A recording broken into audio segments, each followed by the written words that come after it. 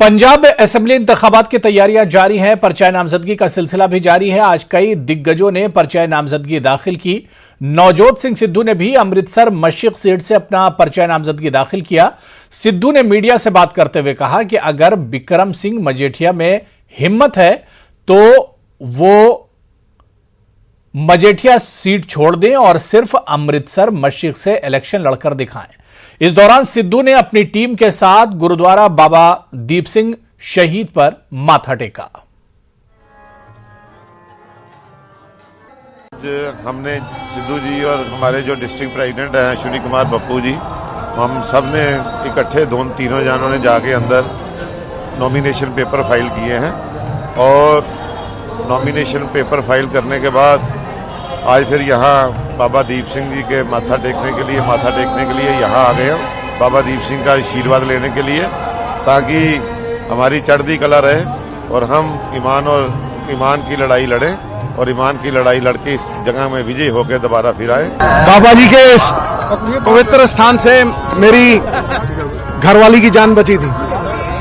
मुझे सवेरे 4:30 बजे इसी दर से खूबसूरत लाइटें निकलती दिखी थी। यहाँ आया, उसको डेंगू था, 10,000 से नीचे उसका ब्लड काउंट था। यहाँ आके जल लेके गया, बाबा जी के दर पे पोछा लगाया, वापस जाते वो मुस्कुरा रही थी, उसे किसी चीज से बख्शिश मिल गई थी। इसलिए ये जो जगह है ना, जैसे दरबार साहब की बहुत बड़ी अहमियत है, वो आदि अनंत है। बाबे शहीदीदा कोई तोड़ मोड़ नहीं महाराज, कोई तोल मोल नहीं। मैं तुम दसा बाबा शहीदी आसमाना दे आसमाना तो उच्चा, कौम दा सरमाया, कौम दे लई प्रेरणा,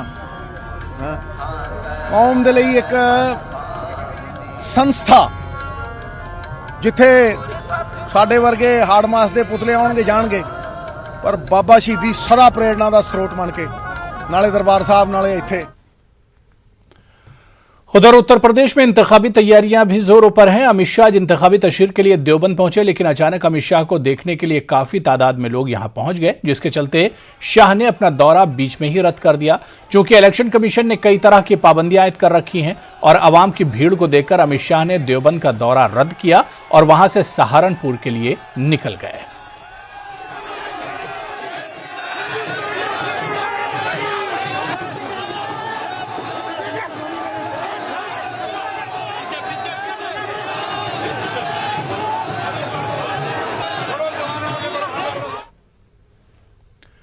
तो वहीं अमित शाह ने मुजफ्फरनगर दौरे के दौरान मुजफ्फरनगर में हुए फसाद का जिक्र करते हुए कहा कि मैंने मुजफ्फरनगर में हुए फसाद को बहुत नजदीक से देखा है।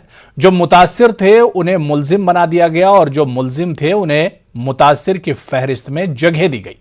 शाह ने कहा कि मैं आज भी मुजफ्फरनगर में हुए फसाद के जख्मों को भूला नहीं हूं।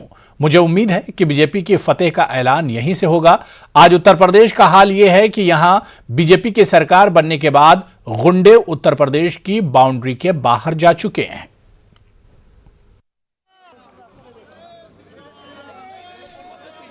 मैंने दंगों की वेदना को जाना था, पहचाना था। आरोप करने वाले पीड़ित बन गए और पीड़ित थे उनको आरोपी बना दिया। खैर मैं बाद में बात करूंगा, मगर मैं आज भी दंगों की वो पीड़ा को भूला नहीं।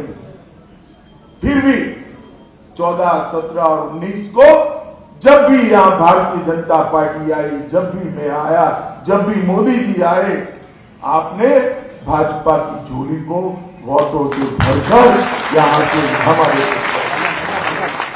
यही मुजफ्फरनगर है जिसने 2017 में, 2014 में और 2019 भारतीय जनता पार्टी की उत्तर प्रदेश में प्रचंड विजय की नींव डालने का काम किया। यहीं से लहर उठती है जो काशी तक जाती है और हमारे विरोधियों का सुपड़ा साफ करती है। इस बार भी मुझे भरोसा है कि यहां से ही भारतीय जनता पार्टी के विजय की नींव डाली जाए। मित्रों, उत्तर प्रदेश में 12-13 में मैं जब घूमता था, ऐसे ही मंच पर कार्यकर्ता बैठे होते थे और कहते थे, अमित भाई आपकी सिक्योरिटी का क्या हाल है? यहां पर हर व्यक्ति को सिक्योरिटी की चिंता होती है। जिस प्रकार से सपा बसपा सपा के राज में माफियाओं ने इस प्रदेश को गिरफ्त में लिया था, गैंगे बन गई थी और धर्म के आधार पर, जाति के आधार पर राजनीति करने वालों का बोल पड़ा। भू माफिया हो और अनेक प्रकार के माफियाओं ने यहां पर अपना कब्जा जमाया था। और आज जब मैं आया हूं, कोई सुरक्षा की बात नहीं कर रहा है। उत्तर प्रदेश के अंदर 2017 में भारतीय जनता पार्टी की योगी आदित्यनाथ की सरकार बनने के बाद ये सारे के सारे गुंडे उत्तर प्रदेश की बाउंड्री के बाहर थे। उधर बीजेपी के कौमी सदर जेपी नड्डा ने डोर टू डोर मुहिम के तहत बरेली में लोगों से मुलाकात की। मुलाकात के दौरान जेपी नड्डा के हमरा पार्टी कारकुनान की भीड़ देखी गई। जेपी नड्डा ने लोगों से मुलाकात करके बीजेपी के लिए वोट मांगे। वहीं बीजेपी के इस डोर टू डोर मुहिम के दौरान बहुत से कारकुनान बगैर मास्क के देखे गए, जबकि खुद जेपी नड्डा भी बगैर मास्क के नजर आए। दीगर सियासी जमातों ने इसको कोरोना प्रोटोकॉल की खिलाफ वर्जी बताते हुए कहा कि क्या बीजेपी सदर के लिए कोई प्रोटोकॉल नहीं है। भारतीय जनता पार्टी का सपोर्ट करें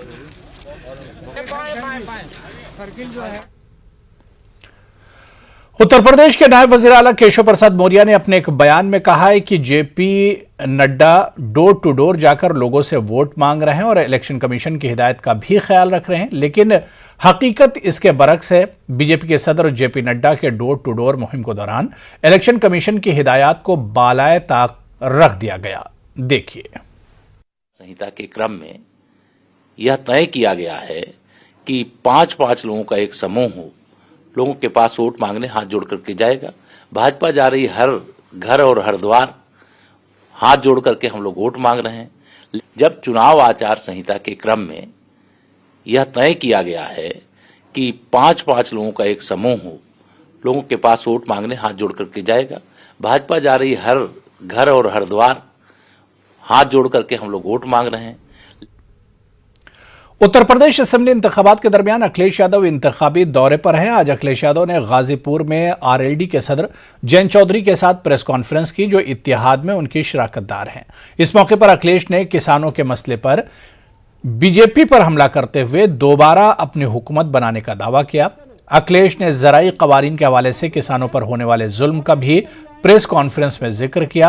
अखिलेश ने कहा कि किसान मुबारकबाद के मुस्तहक हैं, जिनकी यकजहती की वजह से हुकूमत को झुकना पड़ा और तीनों कवानीन को वापस लेना पड़ा। उन्होंने कहा कि बीजेपी इस बात की वजाहत नहीं कर सकती कि ज़राअत के तीनों कवानीन क्यों लाए गए और फिर इन्हें क्यों वापस लेना पड़ा। इसी दौरान अखिलेश यादव ने अपनी जेब से लाल रंग की पोटली निकालकर कहा कि हम किसानों के हक में मजबूती से खड़े हैं। अखिलेश यादव ने आरएलडी और समाजवादी पार्टी का जिक्र करते हुए कहा कि ये दोनों पार्टियां ही यूपी से बीजेपी का सफाया करेंगी।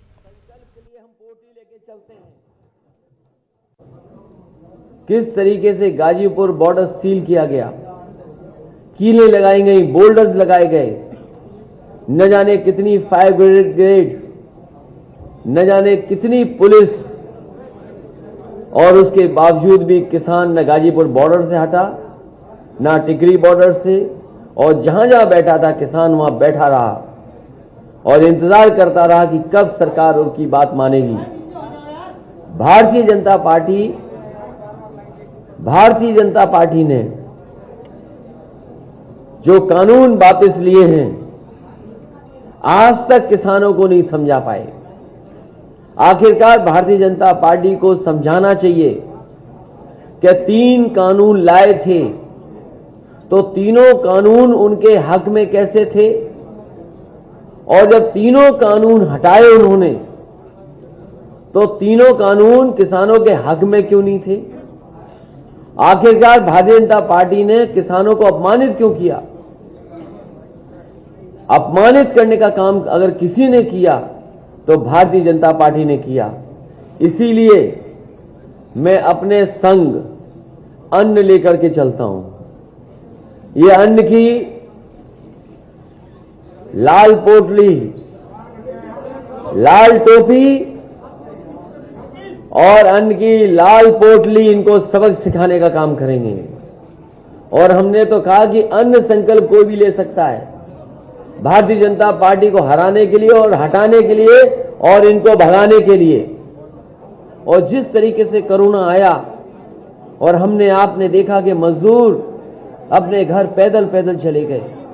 ये सरकार चाहती तो सबको घर पहुंचा सकती थी, लेकिन इस सरकार ने किसानों को मजबूर किया, मजदूरों को मजबूर किया। सोचो, सेविंग का पैसा लोगों ने निकाल करके अपने परिवार के लोगों का इलाज और मदद करने का काम किया था।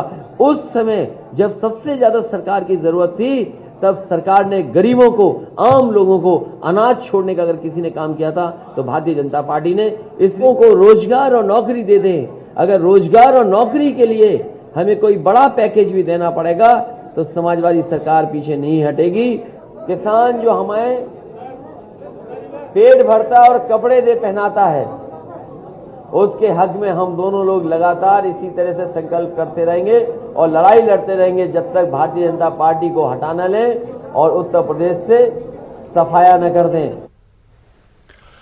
उत्तर प्रदेश में कोरोना मामलों में बहुत हद तक कमी आई है। यूपी के वज़ीर आला योगी आदित्यनाथ ने बागपत में मुख्तलिफ अस्पतालों का मुआयना करने के बाद मीडिया से खिताब करते हुए ये बात कही। उन्होंने बताया कि कोरोना पर काबू पाने के लिए 591 ऑक्सीजन प्लांट कायम किए गए हैं। इसके अलावा हेल्थ वर्कर्स और कोरोना वॉरियर्स ने कोरोना के मुश्किल दिनों में सख्त मेहनत की। उत्तर प्रदेश ने 551 नए ऑक्सीजन प्लांट लगाए। आज मैं कह सकता हूं कि उत्तर प्रदेश का हर जनपद ऑक्सीजन के मामले में आत्मनिर्भर हो चुका है। थर्ड वेव भी नियंत्रण में है और अगले 10 दिन के अंदर थर्ड वेव पर पूरी तरह नियंत्रण किया जा सकता है। इसमें अब कोई संदेह नहीं रहा। कोरोना के खिलाफ देश की लड़ाई को आगे बढ़ाने के लिए देश की भी और प्रदेश की भी जनता ने प्रधानमंत्री मोदी जी की बातों पर ध्यान दिया। कांग्रेस के सीनियर लीडर मीम अफजल ने कहा है कि मगरबी उत्तर प्रदेश में बीजेपी के लिए तमाम रास्ते बंद हो चुके हैं, जिसकी जिम्मेदार खुद बीजेपी है। बीजेपी ने किसानों को साल भर परेशान किया। ये तो बिल्कुल हकीकत है कि दरवाजे बंद हुए हैं भारतीय जनता पार्टी के वेस्टर्न यूपी में, लेकिन उसकी वजह सिर्फ जयंत चौधरी नहीं है। उसकी वजह सिर्फ समाजवादी पार्टी नहीं है।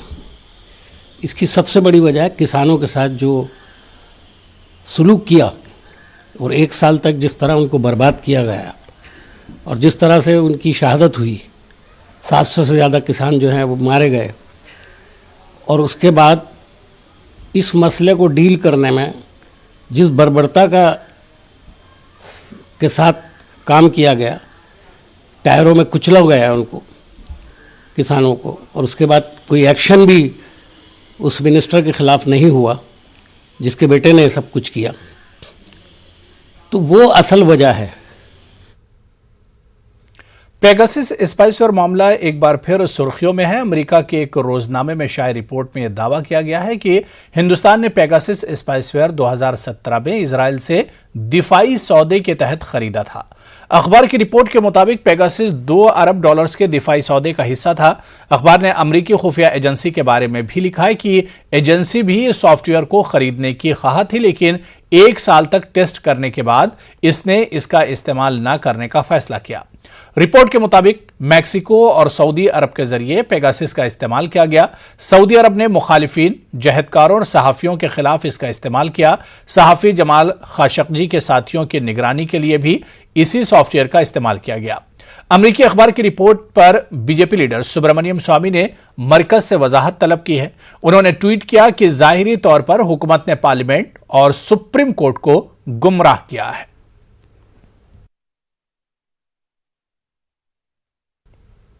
उधर कांग्रेस लीडर मल्लिकार्जुन खड़गे ने कहा कि बैनुल-अक़वामी अखबार ने साबित कर दिया है कि मोदी सरकार ने अपने ही शहरियों के खिलाफ गैर आईनी तरीके से पेगासस का इस्तेमाल किया। न्यूज 18 नुमाइंदे ने मल्लिकार्जुन खड़गे से बातचीत की। बात करने के लिए मौजूद है नेता प्रतिपक्ष मल्लिकार्जुन खड़गे। सर, आप लोगों ने आज जिस तरीके से प्रेस कॉन्फ्रेंस की और आपने कहा कि न्यूयॉर्क टाइम्स में पेगासस को लेकर जो खबर आई है, क्या कहेंगे? हम क्या कहते, हम तो बताया आपको, प्रेस कॉन्फ्रेंस में बताया हम जो कह रहे थे, और हमने जो मानसून सेशन में लड़ रहे थे और पूरा सेशन उसके वजह से वॉश आउट हुआ, और हमारे बात को उन्होंने माना नहीं। कम से कम न्यूयॉर्क टाइम्स से उन्होंने पूरा डिटेल लिखा कि कब इन्होंने मिला, कहाँ मिले, वो लोग कहाँ मिले। $2 बिलियन की जो बातचीत हो गई, खरीदी हो गई, उसमें पेगासस की कितने पैसे दिए, ये सब कुछ जब उसमें आया है तो गवर्नमेंट अब तो कम से कम जागृत होके वो बताना चाहिए देश को। सर, सरकार तो लगातार डिनायल कर रही है और आप लोगों ने भी प्रधानमंत्री पर भी काफी आरोप लगाए हैं प्रेस कॉन्फ्रेंस के दौरान। देखो, हम प्रेस कॉन्फ्रेंस के दौरान आरोप उनके ही जो पहले से उन्होंने स्टेटमेंट दिए थे सदन में, सदन के बाहर भी उन्होंने कहा था, और आज न्यूयॉर्क टाइम्स में भी वो आया है। जब आप ही इसी के ऊपर सोचिए, क्यों कांग्रेस ही कर रहे, कांग्रेस ही वो कर रहे। कांग्रेस तो जो सत्यता बताने का काम कर रही है, और जो चीजें अब ऑलरेडी प्रूव हो गए हैं उसके बारे में फिर बार बार वही पूछना और उसको खत्म करना, हम नहीं चाहते कि देश में डेमोक्रेसी खत्म हो, संविधान खत्म हो और किसी के प्राइवेट जिंदगी का पूरा उनके पास हिसाब किताब रहे। सर, आखिरी सवाल है कि कांग्रेस लगातार इस इशू को लेकर आक्रामक रही है और आपने कहा कि विपक्षियों के साथ भी चर्चा करेंगे, तो ये कब होगी मीटिंग, क्योंकि सत्र भी शुरू होने वाला 2 दिन बाद? देखेंगे, अभी टाइम तय नहीं हुआ। तो आपने देखा, ये थे हमारे साथ बात करने के लिए नेता प्रतिपक्ष मल्लिकार्जुन खड़गे, जिनका कहना है कि सरकार पेगासस को लेकर लगातार डिनायल करती रही है, लेकिन न्यूयॉर्क टाइम्स ने ये सब कुछ साफ कर दिया है। कैमरा पर्सन योगेंद्र के साथ रचना, न्यूज 18 दिल्ली। चलिए, यहाँ पर रुकेंगे फिलहाल छोटे से ब्रेक के लिए।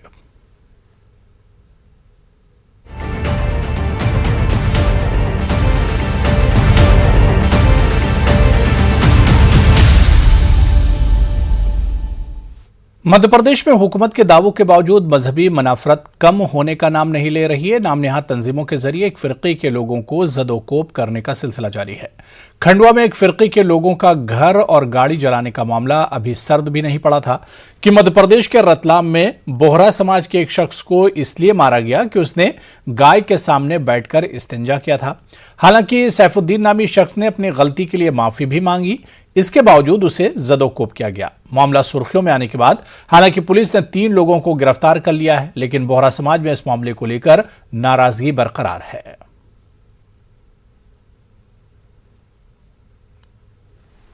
मध्य प्रदेश में कोरोना के मरीजों में आ रही कमी को देखते हुए महकमा तालीम ने बोर्ड इम्तिहानात को मुनक्किद कराने का फैसला किया है। मध्य प्रदेश के वजीर बराए स्कूल तालीम इंदर सिंह परमार का कहना है कि इमसाल बोर्ड के इम्तिहानात का इनेकाद हर हाल में किया जाएगा और तलबा को जनरल प्रमोशन नहीं दिया जाएगा। वजीर तालीम ने वाज़ेह तौर पर कहा है कि बोर्ड के इम्तिहानात की तारीख तक अगर हालात साजगार हो गए तो इन्हें तारीखों पर इम्तिहानात होंगे, और अगर हालात साजगार नहीं रहे तो इम्तिहानात की तारीख में तौसी की जाएगी, लेकिन बोर्ड के इम्तिहानात का इनेकाद हर हाल में किया जाएगा। हम तो ये चाहते हैं कि पढ़ाई हम पूरी कराएं और परीक्षा लेंगे।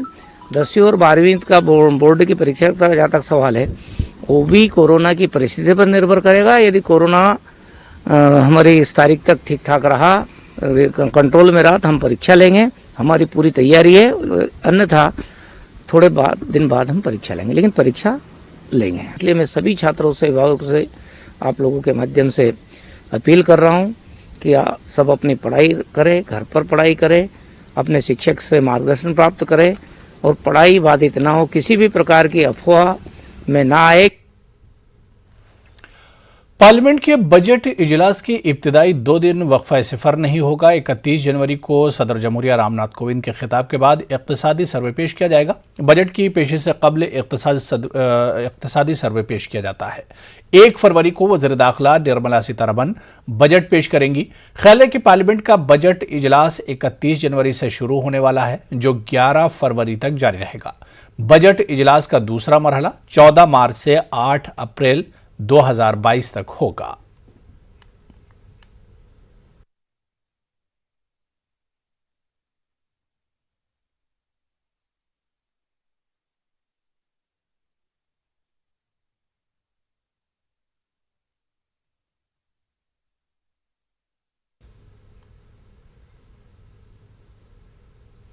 दरियाई सिंध की एक बड़ी मुआविन दरियाए ब्यास आज दरियाई सिंध में रहने वाली डॉल्फिन की आमाजगाह बन चुका है। ये डॉल्फिन मादूम होने के दहाने पर हैं। यहाँ के मकामी लोग इस नदी की पूजा करते हैं, लेकिन वो इससे कुछ और ज्यादा करना चाहते थे। फिर WWF इंडिया की डॉल्फिन मित्रोहा पहुंची, जहां दरिया के अंदर रहने वाली जिंदगी को नुकसान पहुंचाए बगैर दरिया की निगरानी की जानी थी। और यहीं से आए कुछ नए डॉल्फिन दोस्त मिशन पानी की ये रिपोर्ट देखिए।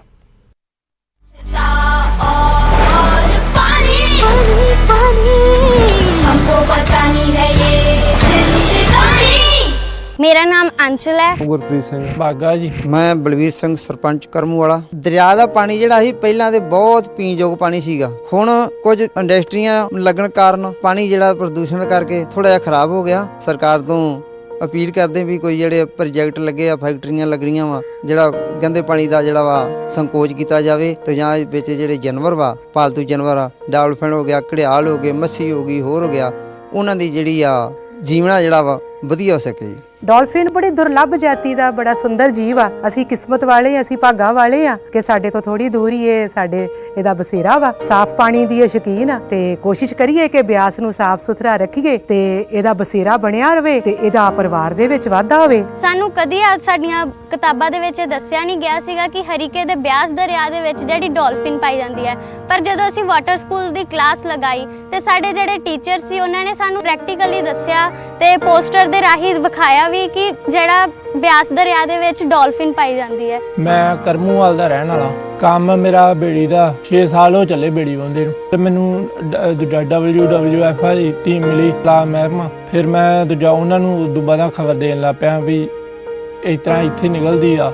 ਮੌਸਮ ਦਾ ਕਹਿਣ ਲੱਗ ਪਿਆ ਵੀ ਮੌਸਮ ਇਸ ਤਰ੍ਹਾਂ ਦਾ ਇੱਥੇ ਨਿਕਲਦੀ ਆ ਜਾਂ ਕਿਹੜੇ ਰੰਗ ਦੀ ਆ। ਇੱਥੇ WWF ਦੀ ਟੀਮ ਆਈ ਕਿ ਤੁਸੀਂ ਇਹ ਮੁਹਿੰਮ ਦੇ ਨਾਲ ਜੁੜੋ जी। फिर असी डॉल्फिन के मित्र बन गए। जब हम बेड़ी चलाते हैं ना, उसके आसपास घूमती रहती है डॉल्फिन। कितने बजे दिखी है या नहीं दिखी, और देखते हैं कि बच्चे के साथ हैं या अकेले हैं, कोई खतरा तो नहीं उसको।